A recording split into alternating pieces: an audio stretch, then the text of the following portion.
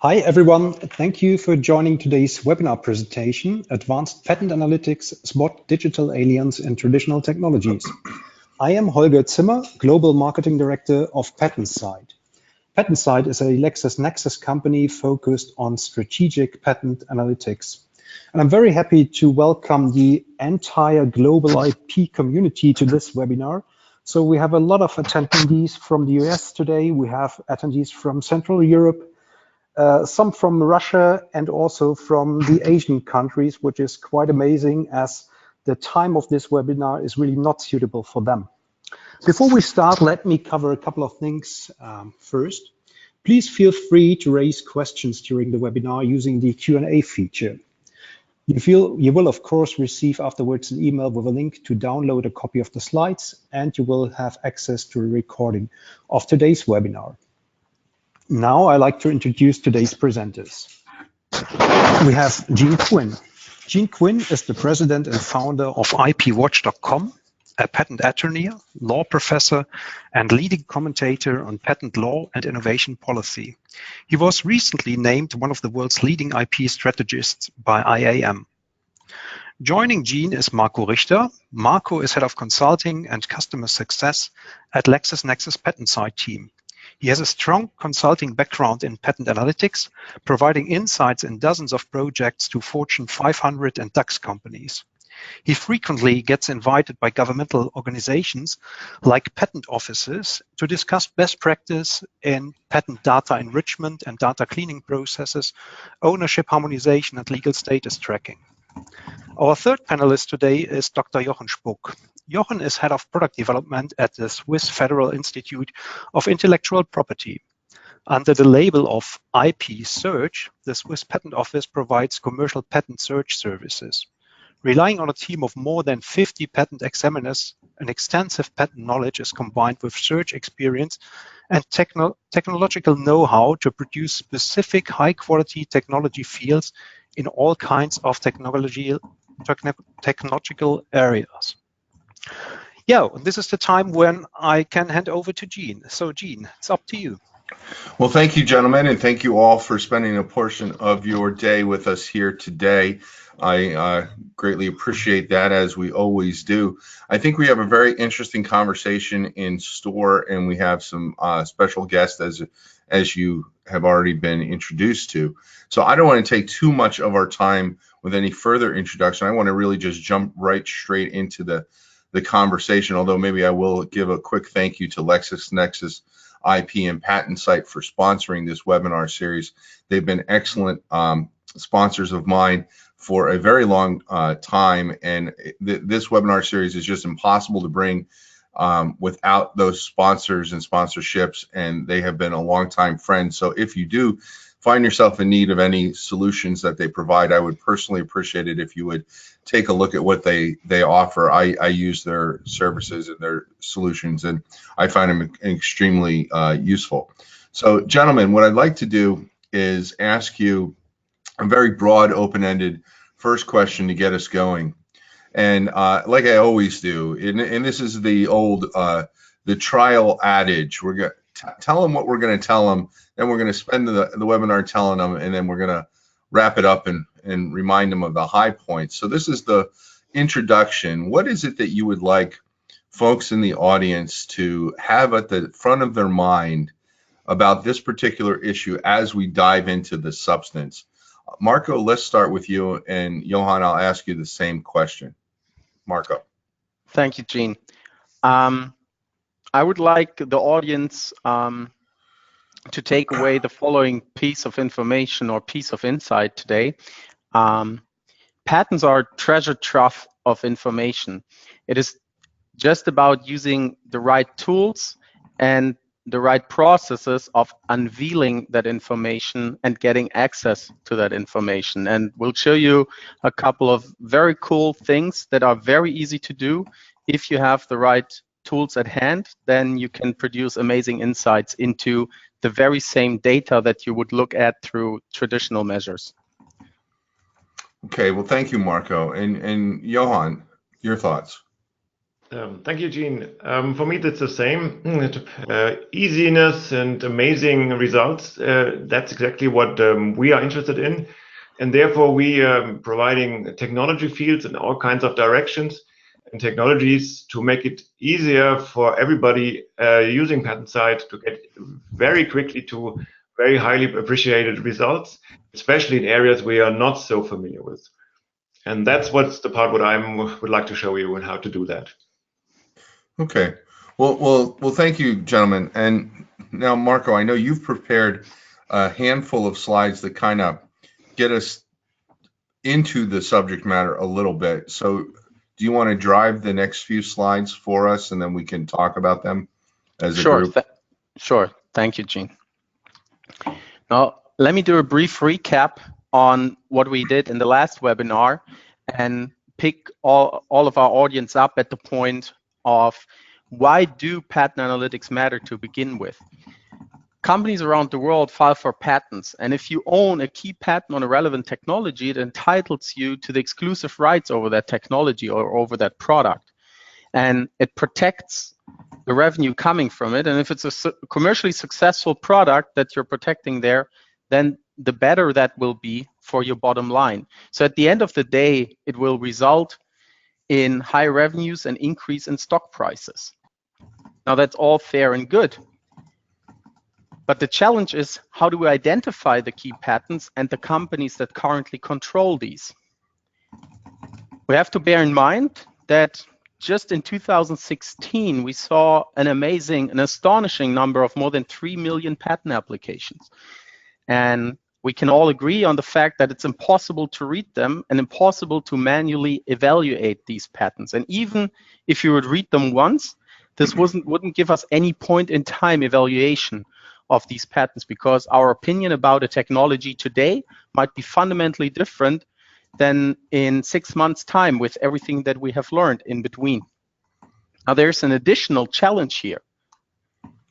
Studies quote that 70 to 80% of all patents have low or even no commercial value. So we don't even have to read 3 million patent applications or have to worry about all the 3 million. It's just about worrying about the right ones and identifying those key patents in this huge data haystack.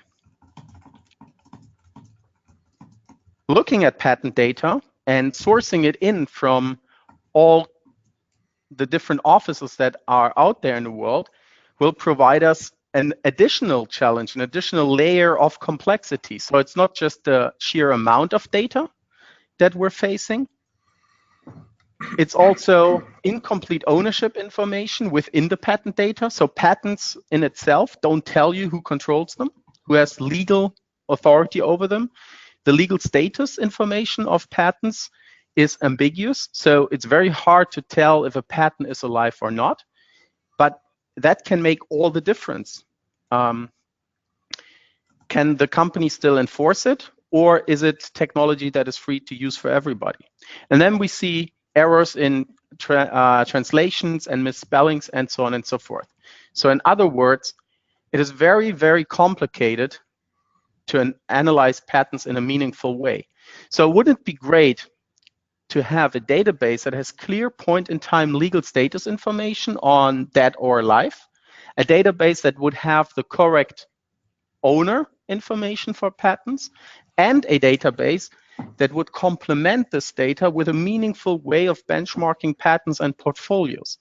And let me show you how such a world could look like in the next example. Here we're looking at the technology field of graphenes. Graphenes is an atomic scale hexagonal lattice made of carbon atoms. It's the strongest material ever tested, and it is very well, it has great applications as a heat conductor and so on and so forth. The traditional way of looking at this at these patents here is by counting these patents in order to generate first insights of who might be influential players in the space. So what we're seeing here is we're seeing portfolio size, number of patents, and each bubble represents a company. We see one company there on the very right, it's an outlier. They seem to have most of the patents in the field. But what does that tell us? Just looking at the sheer number of patents, it's like saying Toyota owns 5 factories. Is that telling us anything? Or isn't the number of cars sold tell us? Does that tell us something, for example? So here, a lot of patents, hardly any insights. The institution behind that is the Chinese Academy of Sciences. Now, let's apply another dimension on the y-axis. Let's bring in quality. So let's look at the value of patents, the relative value, the relative strength of patents. And in this case, it's the average quality of the patent portfolios behind these bubbles. And all of a sudden, the picture changes dramatically. We have 2 very interesting bubbles here, the red one and the green one. And we can see that the green one is Samsung, a huge company. Matter of fact, they own the strongest patent portfolio in the world overall, and they're also active here in the graphene space. That is something interesting to note. If I was a company that wanted to enter the area, and maybe Samsung was one of my main competitors, I need to be aware of that. They might have been easily overlooked when I just look at patent counts. And the red bubble is Nanotech Instruments, and that's really sticking out there in the top left corner in terms of quality. That means on average their patents are highly influential. And that top left corner is an area where we often see companies that are ready to disrupt the space or that are highly influential, becoming highly influential in an area. Think of Apple in the smartphone space, Dyson in electric household appliances, or think of Tesla in the automotive space. So that's basically the niche where Nanotech Instruments is located there. And when we take a look at Nanotech Instruments, we'll find on the web several success stories around them. $1 million investment to commercialize graphene-based electrodes back in 2011. That picture that we're drawing here is from today, but when we look into our database, we could already see their technology skyrocketing way before 2011. So from a patent perspective, the message was clear. They are onto something very, very interesting there with only a few number of patents, but highly influential. And then subsequently, they were able to secure more investments into their success story. Now, how does PatentSight do all that? How do we bring these insights into patent data? Let me explain. First of all, we source worldwide patent data from all sorts of offices. We bring them into our database. They accumulate to over 100 million patent documents. We then bring the patent documents together to represent patent families. So if an application has been filed in several countries, it is bundled in a family rather than double counting the documents. The next layer of curation that we add here is we check for 2 fundamentally important things. The one is legal status. Is the patent still in force or pending? Or is it already expired? So legal status information is crucial for us, and treating legal status information in the right way. And whoever has ever looked at legal status information from patent offices knows it's highly ambiguous. Even a legal status that says rejected doesn't necessarily mean the patent is dead at all offices where this status has been given.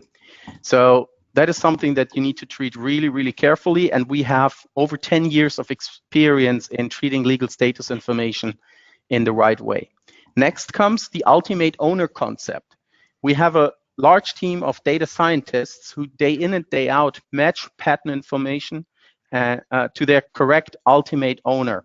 We're using a human-guided algorithm to do so.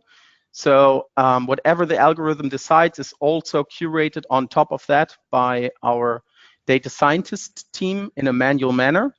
And the feedback we get from our customers on both these steps, the legal status checks and the patent ownership information, is that it is regarded as the best-in-class information that you can get in these 2 categories. So far, so good. So we brought data into the database. We logically combined documents covering the same technology. And then we did a check on whether the documents and the families are still alive and who is in control of the patent families.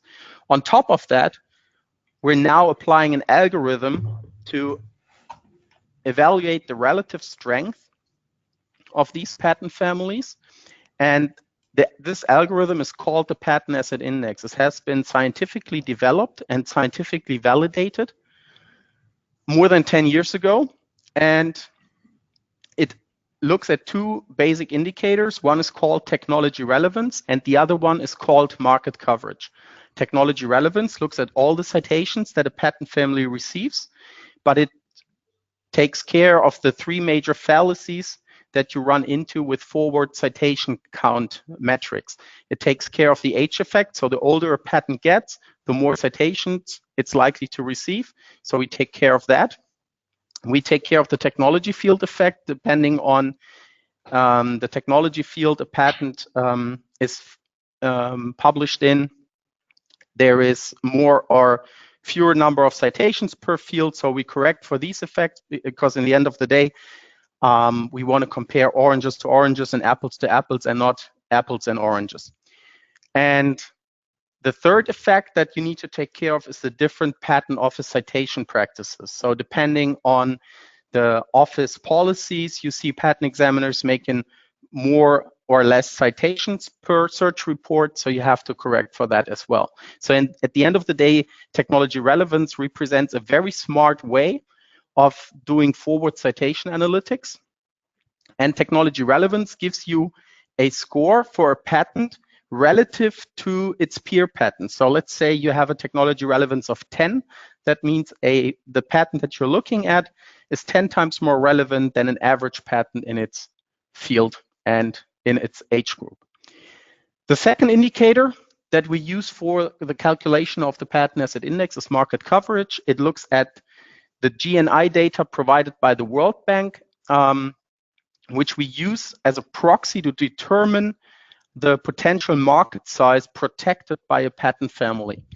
According to that World Bank data, the US is the largest economy in the world. We give a patent that is active and granted in the United States a market coverage score of 1.0, and all other authorities are benchmarked against that. For example, China, market coverage of roughly 0.6 for granted and active patent. We then multiply technology relevance and market coverage to get the competitive impact of a patent family, which is majorly driven by technology relevance, as this has no upper limit, while market coverage, of course, has its natural limitations by covering the whole world. If you then combine all the competitive impact scores in a given portfolio, you get the patent asset index, the overall strength of a company's portfolio or of a company's portfolio in a certain technology field.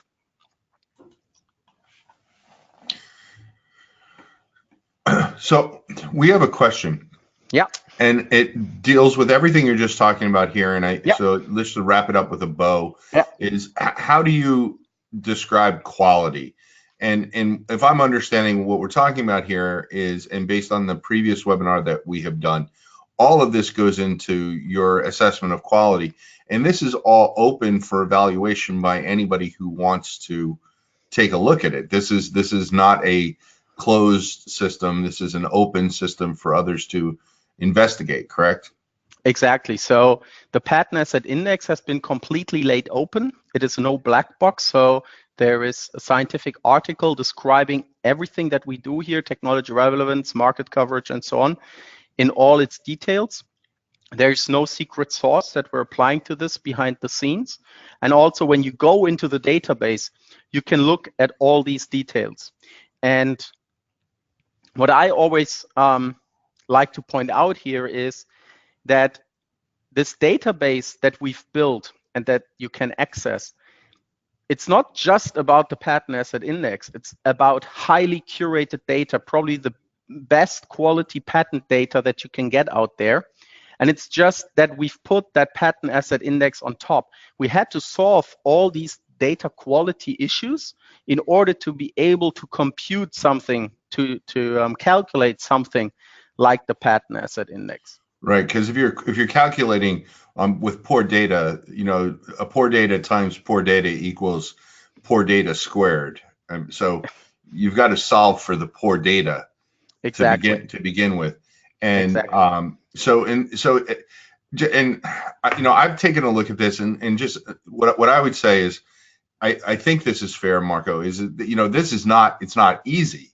You've been working on this for many years, but it is open for people to take a look at. So if they want to see how this is done, and if you want to run through it and say if it makes sense to you, you can do that. But what I think we can say is that the authorities in the European Union rely on this when they're making determinations about marketplace competitiveness.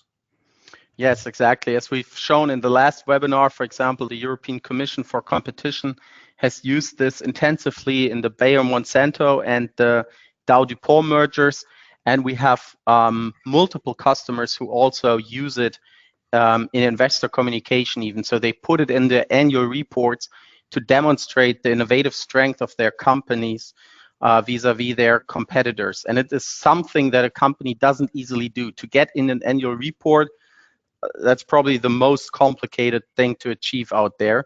And there really must be trust in the methodology and in the approach if the CEO puts himself in the spotlight in an investor's call, where he has to be ready to answer a question on anything that is written in the annual report. So yeah. So I don't want to tell people, you can shake my finger at you and say, oh, you need to believe this.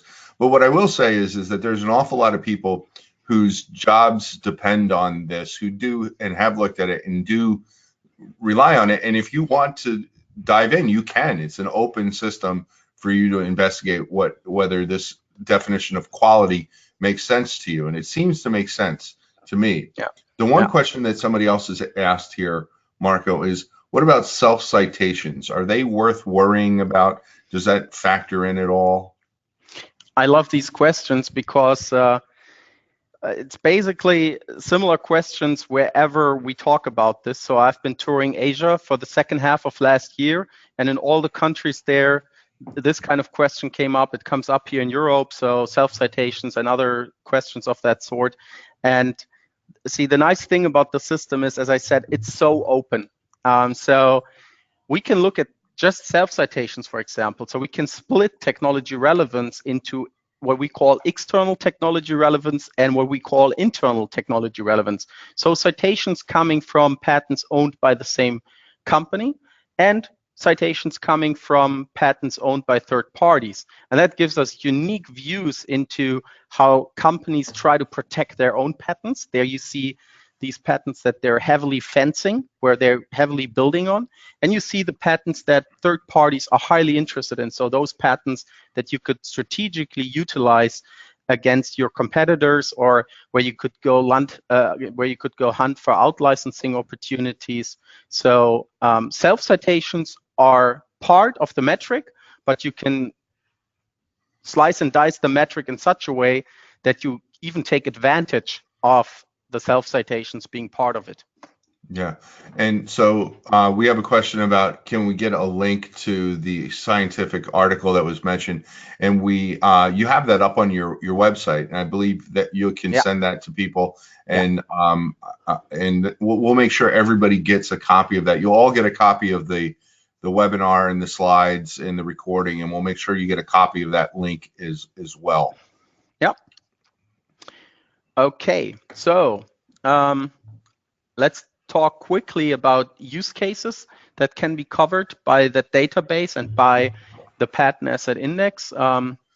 So we have portfolio management, licensing, monetization, trend scouting. We saw trend scouting last week with the famous Apple Watch example, M&A and due diligence. We also had a quick spotlight on that last week with the European Commission, R&D strategy, and benchmarking and competitive intelligence. And that's also an area that I'd like to tap into next by starting to talk about digitalization. So for many years, we saw traditional industries with established value chains. You might also say that from a technological point of view, these industries were pretty much siloed. There was hardly a connection between the different industries out there: automotive, chemistry, electronics, and so on and so forth.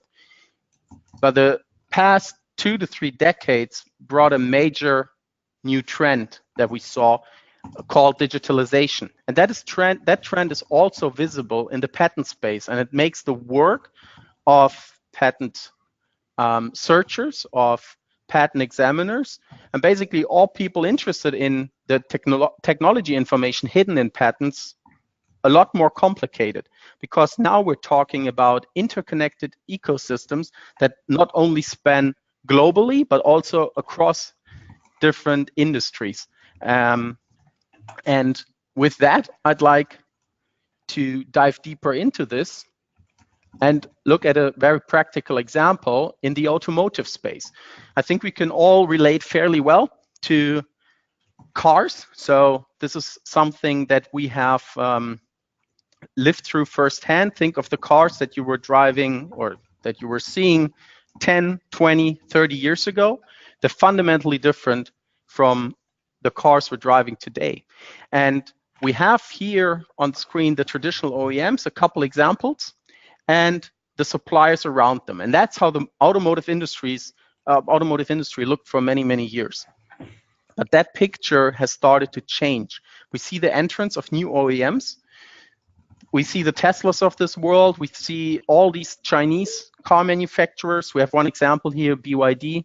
We have Dyson, who announced to produce a car. So basically, they're taking technology used in a vacuum and in a hairdryer and try to put it in a car now, or build a car with it now. And all around that, we have mobility providers and tech companies also trying to get their foot into the wider car space or the ecosystem overall. You might also say that the car space is about to be disrupted. I mean, we've probably saw the disruption already started. We don't know yet how it will end. And we found a very nice statement here from Morgan Stanley on M&A and disruption. It's better to acquire disruptive technology than to be disrupted by that technology. Now, how could patent information help with that? Well, patent information, for example, could help you understand who owns relevant technology that you're interested in to acquire, and technology that is strong enough to be meaningful and to offer you a bright future. So let's take this ecosystem approach, an example here, and apply it to patents. And we've simplified it here a little bit. So moving away from the car space, but basically sticking with that same thought. So we're looking at the direct competitors. Here's our own company, the green icon. Then we see companies from our value chain, so those that are known to us. And then further out, companies with business fields somehow connected to us. So we're aware of these players. And we have the wider ecosystem, companies with no prior connection to our business. Now, what happens if we apply technology fields? If we try to understand who of all these players out there owns patents and technologies that might be interesting for us. So here we see now the blue dots. So immediately we understand who owns and controls patents of interest. But we could add another dimension to it. We could look at the strength of these portfolios, could apply the patent asset index. And all of a sudden it becomes clear to us where to look for, which companies to monitor first, and to try to deeper understand if they fit into where we want to head with that technology in the future. Now, what you need for this is also a good search and a good technology field definition, because even with our database, with good legal status information, with great ownership information, with point-in-time data and the ability to trend scout, a good patent search is still the basis of any analysis. As Gene has said in the earlier on, garbage in, garbage out. We don't want that. We want high quality patent searches. And with that, I'd like to hand over to Jochen to talk a little bit about how he and his colleagues define technology fields. Well, thank you very much, Marco.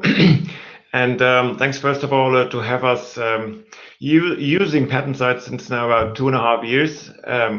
We have started using PatentSight, first of all, in analysis and searches, but shortly after that, we were approached by economists and politicians even, that we as an expert, we should probably be only a mouse click away to show all patents about autonomous driving, about machine learning or whatsoever. And so far, until I had PatentSight, I had always had to say no, no, and no. With PatentSight, this all has changed. We have very early already started to build up technology fields in very many areas. Now about 100 we have ready. And in the beginning, we always considered how to do that. As a patent search in our environment, you usually have this rather similar approach to patent searches in general. You always start, first of all, in a high precision, high focused way unto really the core of the technology. This is what you always do in the beginning. And then that is also a typical base of a validity search, and everywhere you try to get really at the core of it. And the next step, especially if you do an FTO search and really strongly in the technology fields, you have to broaden that up. The problem is patents are technical. They have based on features. There's not so much about the application or the environment or so other. So you start from very many technical features and you have to broaden that up. The problem in broadening that up is usually the noise is raising even stronger and stronger. So with this technology fields, you have always a problem that you have to find a certain equal situation of recall and precision. So the ultimate goal is that you find all patents of one technology, but that is hardly possible, especially if you can't look through all of them. And you can imagine how difficult that is. We have to find a way that the recall and precision is in a certain sense as complete as possible. So we try to find a way to have an application-driven field definition which shows you an application more than the technology itself. On the next slide, you see a bit how we do that. We have typically, next slide, please. Marco? Could you? Yes, thank you. We usually do have a sort of a three-step approach. We first of all focus very strongly on the core. That is in the first part. So we usually use very precise CPC classes, very precise keywords. You take all kinds of added value databases you can get, and that way you can get rather quickly to core patents, to really important patents in the really close environment. From there on, you have to broaden that up. Now, please go forward in the slide, please. You have to go forward now, and that is the crucial point. Everything you do from there on is enlarging your field and increases your noise. So therefore, we start with broader concepts. We take bigger class concepts. We take IPC and CP classes in a very broad concept, and we combine them with keyword concepts usually. Go a bit forward, please, Marco. So you have to take care that now you're entering a field where you're really increasing your noise very quickly. And therefore, we have certain techniques implemented to always check if the noise and recall is in a certain balance. First, for example, like you have to always take care that you don't use parallel logic in your wording, that you do end of the same logic. This, for example, doesn't help you at all.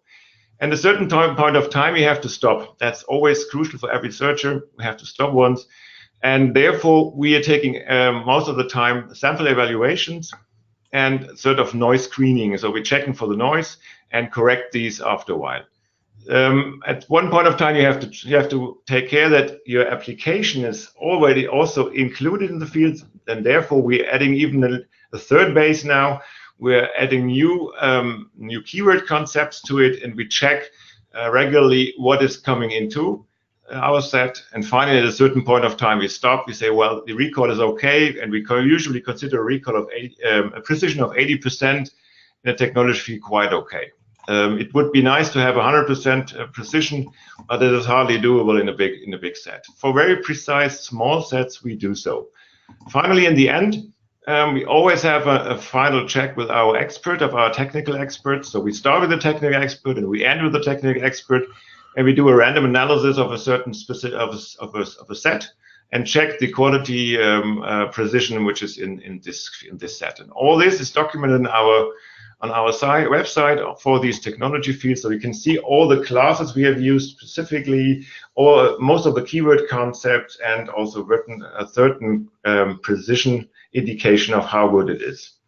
That's so far for our technology fields, and the next step is for us, or the more important one is, this is all doable very easy in PatentSite itself. And that's the point where we thought, how now we really have to go forward and to build up really a database of technology fields, so can really easily examine every day most of those new technologies coming up, and also some of those oldest. And I think on the next slide, Marco, or not even the slide, I think even actively, Marco will show you a bit how one of those fields can be used then finally by the customer in PatentSite.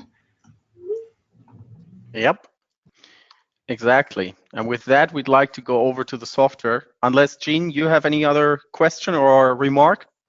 No, not at this point. I think once we get into the software, then we'll have some more questions, I think. All right. So here we're live in the software now. And given that we just looked at the automotive space, we've chosen autonomous driving as the technology field of interest for today's webinar.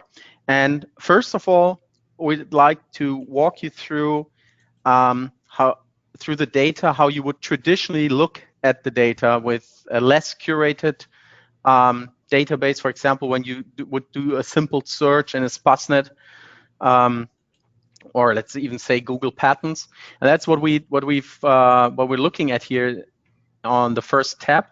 We're looking at the field of autonomous vehicles as defined by Jochen and his colleagues, and we're visualizing this field in terms of number of patents per applicant. And these are already cleaned applicants, but not our ownership concept. And all I'd like you guys to do is simply look at this. This is the top 20 applicants in the area by portfolio size, so by number of patents. And that also includes inactive patents. And you can already see some inaccuracies here. So you have here Toyota Motor Corp and Toyota Motor Company Limited, and so on, that would logically belong together. But the applicant information alone doesn't show us that they belong together. So we need to turn to our harmonized owner search and take a quick look at how that looks at the moment, and then compare it to this cleaned owner search. So we're looking at the same result, but now we're looking at the ultimate owner of the patents rather than the applicants behind them. Let me go back quickly. So here we have Toyota, Bosch, Toyota, Ford, Honda, etc.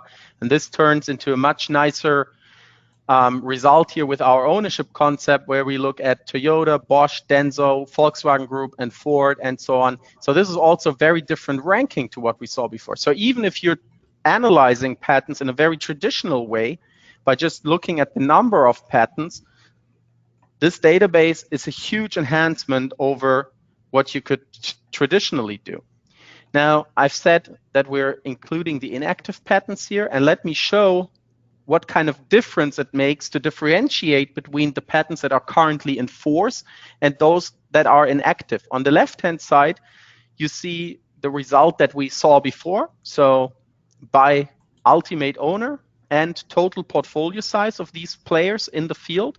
And on the right-hand side, you see the exact same portfolios, but now you understand which share of these portfolios are still active and are not active. And I'd like to point out one particular example here.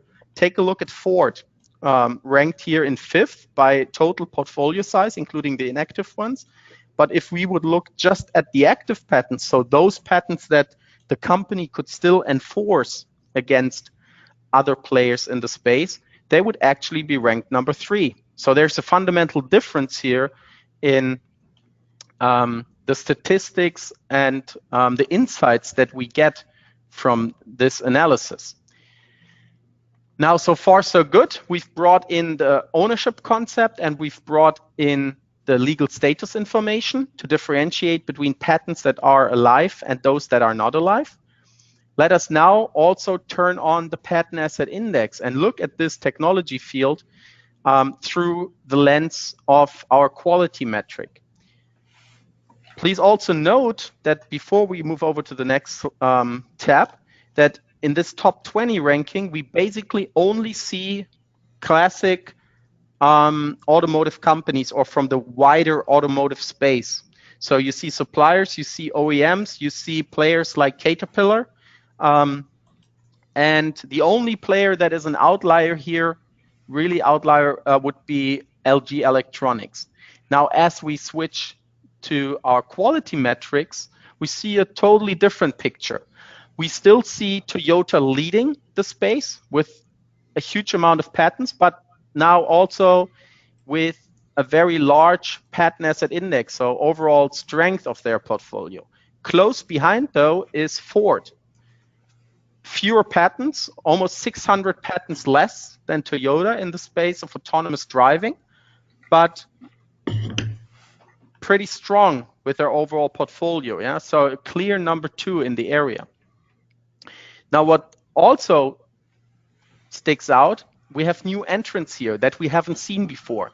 So the aliens that entered the automotive space, the Alphabets, the DJI Innovations, the iRobots, and still we see here in the last position or the number 20 position, LG Electronics. So that's the first insight that we get from the data when we switch from a pure quantity perspective to a quality perspective.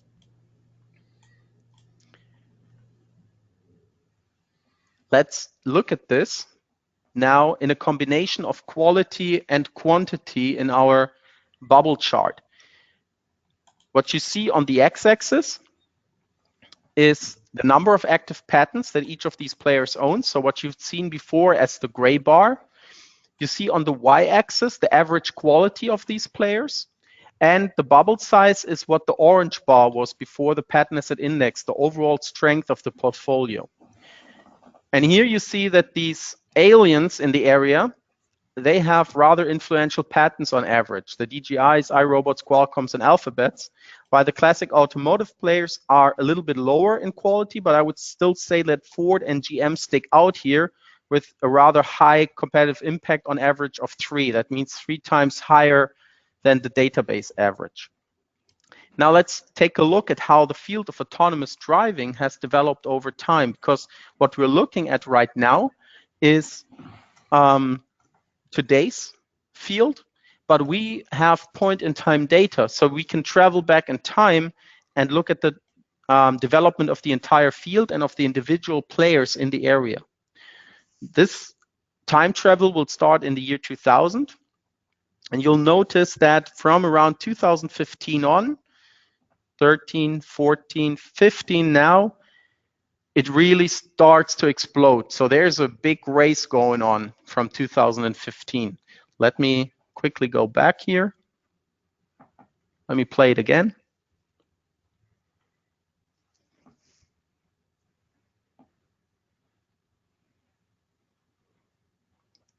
For you to watch. So by 2008, Toyota really puts a lot of more effort into the area and files for or publishes more and more patents.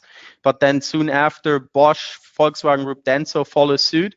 And then at the latest from 2015 on, you see Ford and GM really ramping up and putting out patents and good quality patents as well. Let me focus a little bit more on the next slide on Ford, Toyota, Alphabet, and iRobot. So let's play this again with the visualization of the bubble trail so that we can follow the individual paths that these portfolios took. Then we see the rapid increase in Toyota's outputs from 2008 on. Then soon after, Ford follows suit, set to accept the race initiated by Toyota a couple years earlier. And look at the leapfrogging that Ford does here. This is really exceptional. And at the same time, they're not increasing just in size of the portfolio, but they're able to maintain and even increase in average quality. That is something that with these sharp increases, you really don't see that often. You see that Toyota is just about able to maintain with a slight decrease, but Ford is even slightly increasing in quality. We see different trends here from Alphabet and iRobot, while iRobot is more focusing on a smaller portfolio, but very high quality that they're bringing out and that they're filing. Alphabet is set more for a growth trend in the area. Anything you'd like to comment on, Gene or Jochen? You know, I almost don't know what to say, I suppose, you know, because the information that is here in the right hands at the right time could be critically important, right? I mean, can you go back and play that, you know, again when because when you start to play this again and you see like, and you start to see these companies going up and down, like, right, stop it right there, you know. So right here, we're starting to see iRobot. That's fine, because that's actually good, because you see the trail. You see iRobot is starting to really take off right about there, and you can see the trail, you know, if we continue playing this. And you know, and Alphabet's going up and down, Ford's going up and down, iRobot goes way up in quality right there, and then they get bigger, and then they get bigger, and then they get bigger and bigger and go up in quality as they're getting bigger. You know, who knows whether they would have at any point in time been interested in being acquired, or, you know, maybe they could have, whatever. But in the right hands, this information could be just enormously important. Yeah, you could also use it to look for a partner in the technology field. Let's say you were to enter the space and you were looking for a player to partner with. A smaller player might be more interested in seeking a partner or in being available as a partner, rather than a player that seeks to dominate the space all by himself. And then we would see, for example, iRobot has a few number of patents, but they're highly influential and they're highly relevant to the area. Yeah, because, you know, a lot of times you see, and what's going through my mind is, you see a lot of the older real world companies, sometimes they get so invested in the way that things had been done, the technologies, the way that they used to do them, and so on and so forth. And they were, you know, the one that comes to mind immediately is Kmart versus Walmart, right? You know, Kmart had invested in all kinds of money in stores in the old way that point of sale operations were done. And then shortly thereafter, then, you know, Walmart comes around and just totally revolutionizes point of sale and moving products from around the country and all that. And they had invested heavily, but in different technology, because now different technology was available a few years later. So if you find, you know, companies like that, and it's like, well, now a company like Kmart would have to find a way to compete if they want to stay afloat, right? So one way that you can do this is look for partners or acquisition targets that have rich technologies that you might be able to partner with or acquire when they're unknown or relatively unknown or cheaper. You know, because after a company gets so big, you know, now they're a competitor and they're not a partner, or they're not an acquisition target. So the thing that interests me so much about PatentSight is you can see this start to happen, and you can see it over a number of years. And yes, we're looking historically, and we can say, oh yeah, after, you know, 10 years, we know what it looks like. But once you see this happen in a few years in a row, and the way the other charts moving around, you know, C-level people need to be making decisions with far less information than what this provides. So I just think it's a great tool. I'm almost speechless, and that never happens. Thank you, Gene. I think I'll send some of our sales folks around to talk to you this afternoon. Yeah, well, I mean, and I hope, I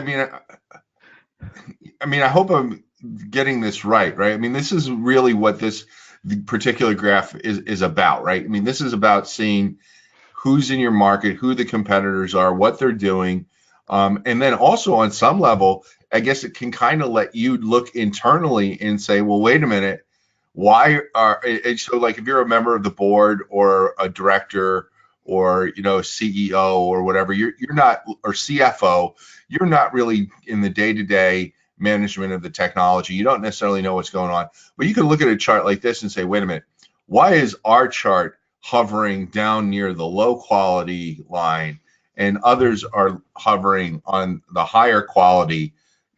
Are we going about this the right way? And so I think it allows less sophisticated patent people, but very sophisticated business people to look at this and ask much more intelligent questions. That's a very good point, Gene. We have fund managers and investment managers working with the system, and they use it for exactly that. They use it to challenge the C-suites, and when they sit down with them and check on whether what they're telling about their innovative strength is reflected in what they can see in this objective third-party view that we represent. And they can show charts like this to the C-suite and say, okay, we think it looks like this. What is your comment on that? And why is that the case? Why do we see these differences? And this is already happening around the globe. So I guess my next question for Johan would be, is because I think if I heard you right earlier, this is sort of the type of thing that maybe leaders, politicians might come in and ask you about, maybe directors of agencies might come in and ask you about. Did I get that right? And is this one of the tools that you are using to show them what's going on in a particular industry? Yes, exactly. We're doing that for industry partners, but also, for example, just recently we examined the Swiss universities, especially the most well-known, the ETH. This is the best Swiss university, and we analyzed them in 17 different technology areas to compare them with other universities in the world to see how good they are in their specific field and how good the outcome is matching to the financiation of research. And they were absolutely happy about all the outcome of the analysis and how it was treated. And they were actually quite good at the end. That's clear. Yeah. But they were so happy to finally have somebody who can show them rather objectively how good or how well they are doing, and how lousy they are in other areas. But this was just not possible before, and they really was so happy about that even the politicians later on took over these information to see how what the results are finally are of all their investments they are doing. And this works for universities, this works for companies, for regions, whatever you like. And on the technology field, you can add also certain layers of granularity now. We have here a rather big autonomous field, but you can focus that down if you want to have a closer look on container movement or trains, for example. That you can do that rather easily. We're just trying here to come up from a large perspective, but you can go down step by step, and that's rather easily doable if you do it correct. That's you often have to keep in mind. Yeah.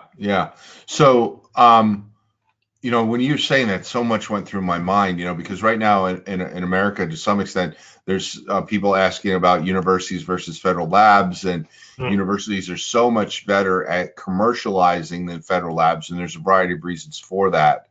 But there's a lot of ways that this tool could be used. Now, if I heard you right, Marco, earlier on when we were talking about the algorithm and the citations and self-citations, and And I think when people are asking about self-citations, one of the questions becomes, well, can you, maybe jerry-rig the results?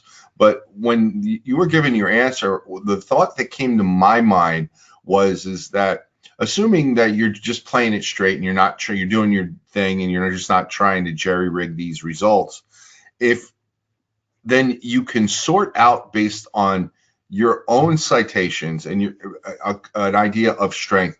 That would give the C-suite, for example, or investors an idea of what any particular company thinks themselves is their best assets. Yeah, exactly. That is and that is something we often use when we do M&A projects for our customers. So we still have a pretty strong consultancy arm at PatentSight, and we frequently, for example, do M&A analysis. And there, one of the most requested insights is, what is the company that the acquisition target itself think is their most valuable assets? What are the assets that they're heavily protecting and fencing? And turning to self-citations, it's very easy to pinpoint these and then start to ask the right questions. Yeah. And so now, I guess, and that's all available for anyone, right? I mean, so like, Yes. if I wanted to, could I so I'm not employed by Ford, I don't do patent work for Ford, never worked for Ford. Could I do a search to limit self-citations to Ford's patents? Look at what I just did in the software. Now, instead of looking at the average quality on the y-axis, I look at the share of external citations that these players have received. They're all fairly around 80–85%, but you see that, for example, DJI receives a little bit less third-party citations and a little bit more self-citations than the others. And you see something similar here for Toyota or Volkswagen Group, while GM, for example, receives a lot of third-party citations. So the software is very, very interactive, and you can easily slice and dice the data in any way that you like. You can also drill down into this particular bubble here and visualize it in a different way. So let's say I wanted to see all of Ford's patents behind it, or I would like to see where Ford in the world of autonomous driving protects its patents. That's easily doable. So let me just show. So let's look at Ford in autonomous driving. And there we see where in the world they're protecting their assets by patent asset index or by portfolio size. And we see that they're protecting them very heavily worldwide. So this is a rather broad coverage and intense coverage that they're applying. With a breakdown into individual jurisdictions. And if I was then interested, for example, in the patents in China, I could drill down into.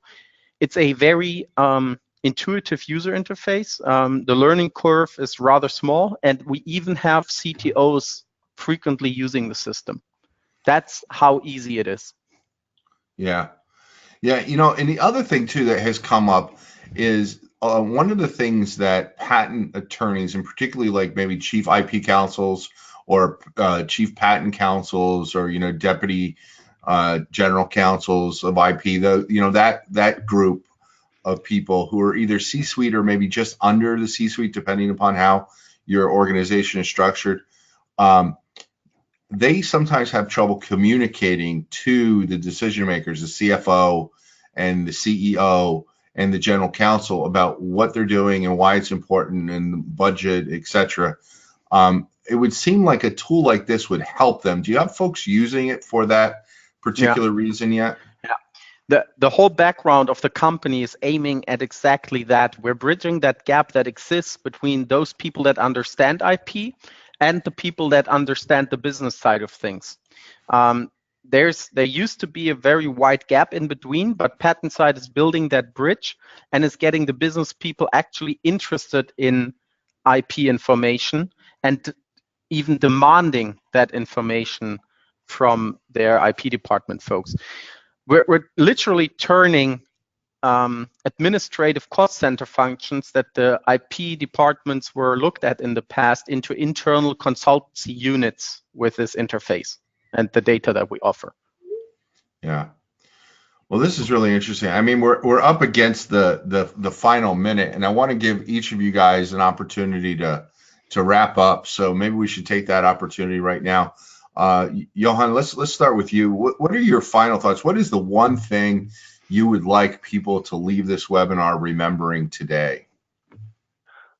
Well, it's easiness and the information level you retrieve out of an easy operation. I've never seen so far a way to tell people in 1 minute of what's happening in a certain area of technology, like I can do it with PatentSight nowadays.